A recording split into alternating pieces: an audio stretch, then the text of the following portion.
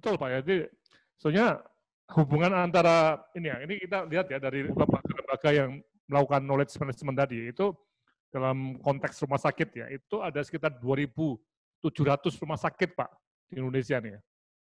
Banyak sekali ya. Banyak sekali nih. Nah, ini memang betul, kita tidak ada mekanisme mengikat Pak ya, yang semua itu harus melihat COVID ke sini, enggak. Bahkan web ini atau manajemen COVID ini juga harus bersaing dengan berbagai sumber yang lainnya Pak ya. Enggak, tidak ada satu niat untuk memonopoli, itu enggak boleh ya, betul Pak ya, monopoli tadi. Nah, cuman pendekatan tadi, kekhawatiran kami, kalau, dan mungkin Pak Peter juga sering membahas dengan saya Pak ya, tentang ilmu tadi ya. Kalau kita bebaskan, kita masuk ke mekanisme bayar dan dapat ya. Kalau Anda membayar ke kita, Anda akan dapat ilmunya. Ya. Itu akan cenderung untuk membuat sistem itu lebih pro ke yang punya uang. Ya. Nah nih, jadi lembaga yang mungkin maju bisa semakin maju ini Pak. Dan ini terbukti di dalam konteks dunia Pak ya. Ya, perguruan tinggi yang maju-maju itu semakin maju. Perusahaan-perusahaan pengetahuan yang maju juga semakin maju. Ya. Karena mereka paham mengenai pengetahuan betul ya. Nah, bagaimana dengan yang tidak punya dana tadi loh? Ini menarik ya. Apakah pemerintah mempunyai ya tadi perhatian pada knowledge management tadi untuk membantu lembaga-lembaga di sini ya, termasuk bagaimana merangsang supplier di sini untuk memberikan diseminasi. Nah ini yang strategi ke pemerintah ini yang saya lagi kampanye nih Pak Agus ya, karena untuk penelitian itu sudah banyak Pak, sampai triliun Pak. Tapi mungkin Pak Agus bisa cek ya di LIPI itu berapa Pak dana untuk seperti ini Pak? Ada nggak Pak dana untuk knowledge management tadi ya?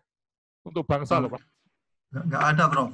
Jadi tetap include pada tempatnya kami pusat data digital Indonesia yang ya. Untuk RIN itu ada 500 juta. Ya. Tapi itu bentuknya bentuk kegiatan untuk pembelian hardware dan maintenance-nya. Ya, justru Pak. Makanya coba Bapak tadi masalah kopi ya. Kan saya suka kopi ya. Kan pengetahuan mengenai kopi kan harusnya diketahui oleh semua orang tuh Pak ya. Bagaimana membuat kopi yang bagus dan sebagainya. Ya, nah, tapi ini sering membayar Pak, berbayar.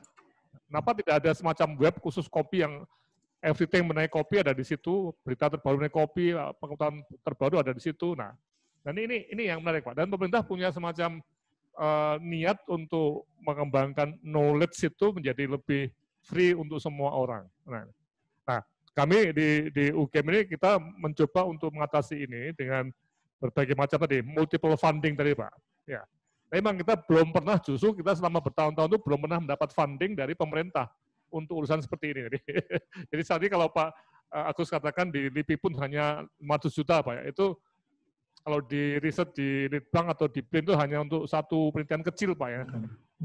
Ya, nah jadi ini perbandingan lah. Jadi memang bangsa kita masih belum mempunyai perhatian pada knowledge management.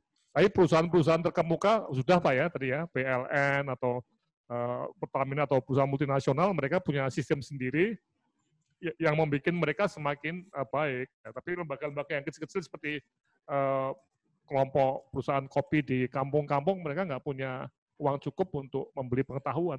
Ini yang jadi masalah. Saya kira itu Pak Gugu ya. Jadi ini mungkin sebagai penutup dari sesi ini sekalian ya Pak Gugu ya. Mungkin ini di awal Pak ya. Jadi awal kita kampanye untuk mencari semacam pijakan untuk gerakan knowledge management itu di bangsa kita ini Pak. Ini kasus seperti itu. Demikian Pak Gugu.